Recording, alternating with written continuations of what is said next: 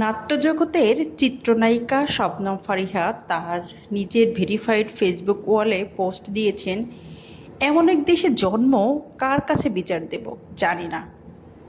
এক পার্টির বড়রা টাকা মেরে ভাগছে, ছোটরা অনলাইনে জুলাই সিডিআই লিখে সেই শোক কমায়, আর বাকিরা চাঁদাবাজি, ডোনেশন, হাদিয়া নিয়ে কামড়াকামড়ি করে পারাপারে রাস্তা ঠিকঠাক করে।